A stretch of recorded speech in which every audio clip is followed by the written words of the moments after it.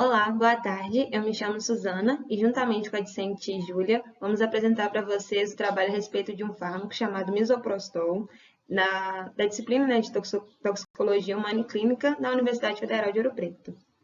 Então, o misoprostol ele é um produto sintético que ele é análogo à prostaglandina. Na imagem sobre o mecanismo de ação, eu vou mostrar a semelhança estrutural entre eles, de forma molecular representada na imagem.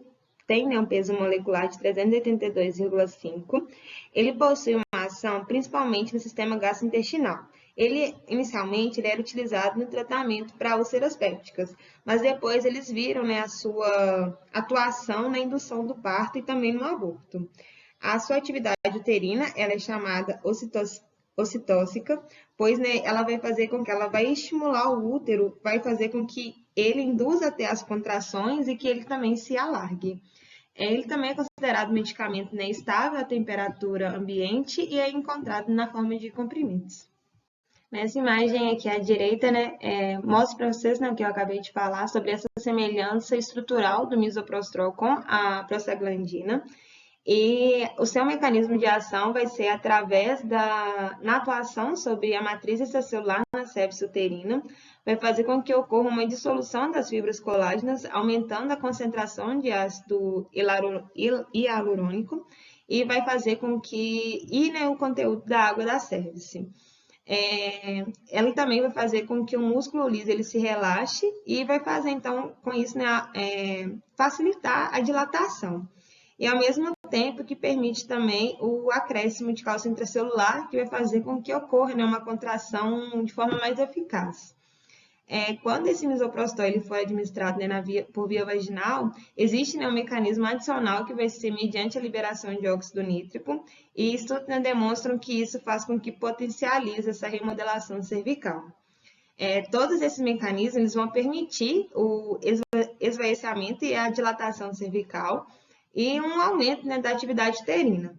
As indicações atuais desse misoprostol na ginecologia, eles são estabelecidos como no aborto terapêutico, na própria indução do parto ou do aborto, quando o feto está morto, na indução do parto com o feto vivo.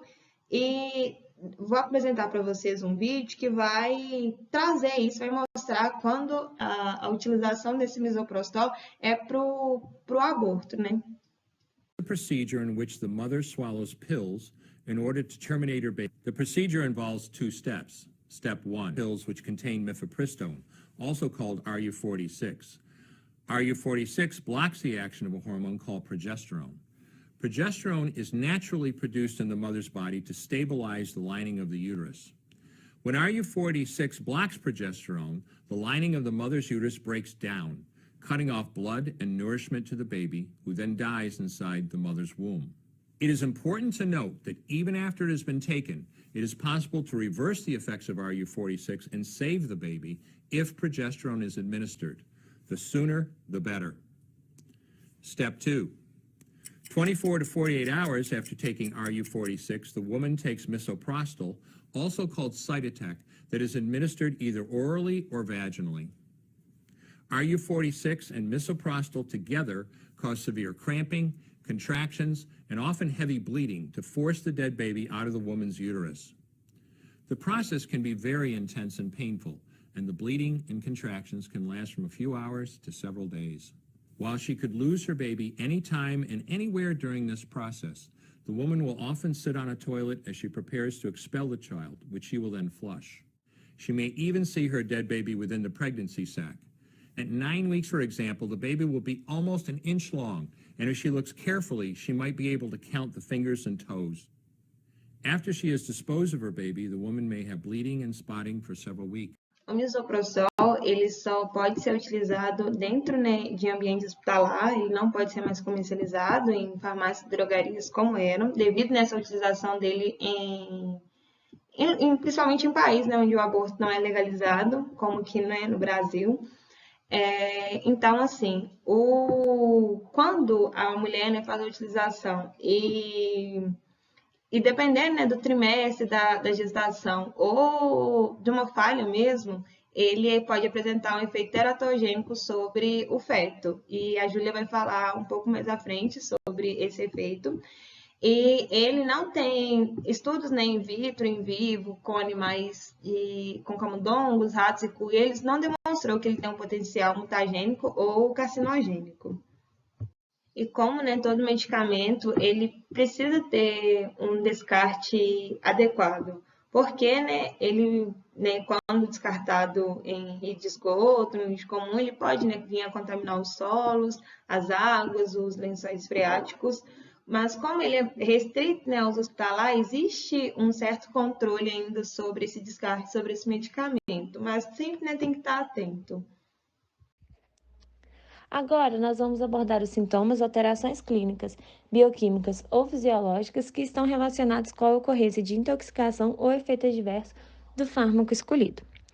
Segundo a Agência de Vigilância Norte-Americana, a FDA, o misoprostol ele é classificado como pertencente à categoria X, segundo o seu risco de indução de toxicidade de gestação. Dado que este pode causar defeitos congênitos, incluindo anormalidades cerebrais e defeitos nas extremidades. Além do aborto, o misoprostol pode provocar nascimento prematuro. A administração deste fármaco encontra-se contraindicada durante o primeiro trimestre de gravidez, devido ao risco de malformações congênitas. Nas mulheres, os principais efeitos adversos observados com a administração do misoprostol são calafrios, diarreia, náuseas, vômitos, taxistolia, hiperestimulação uterina, hipertermia e eliminação de mecônio, sendo contraindicado para a indução de parto em gestações com cicatriz uterina, devido à associação do misoprostol com a ruptura uterina. O misoprostol é um teratógeno.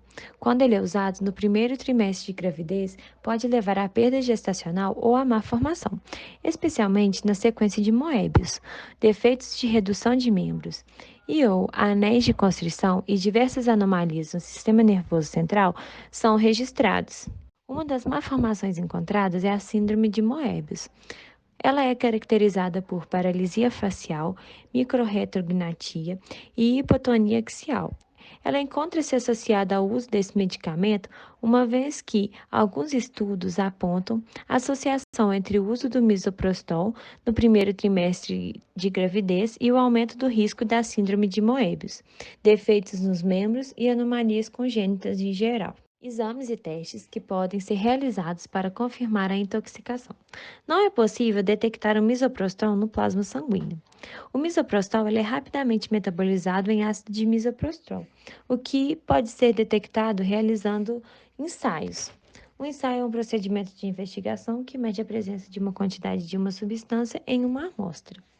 Além disso, as amostras de sangue elas devem ser cuidadosamente manipuladas.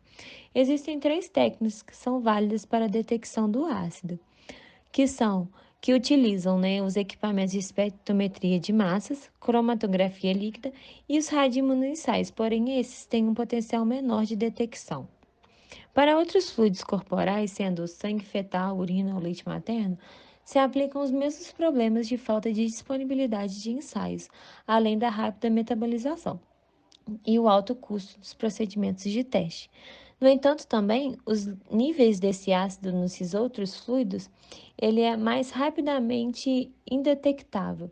Consequentemente, as alegações de encontrar o misoprostol na maioria dos outros fluidos corporais, ela deve ser ainda mais questionada. Após identificar um quadro de intoxicação, alguns tratamentos são sugeridos, como a lavagem gástrica com carvão ativado, além da administração de atropina para a bradicardia, lidocaína para arritmias cardíacas, além de manter adequada ventilação e sinais vitais. Também deve-se avaliar a indicação de vasopressores e ionotrópicos, bicarbonato para acidose, diazepam para convulsões, além de acompanhar por eletrocardiograma e observar a paciente por pelo menos 4 horas depois da exposição. Essas são as nossas referências e esperamos que tenham gostado.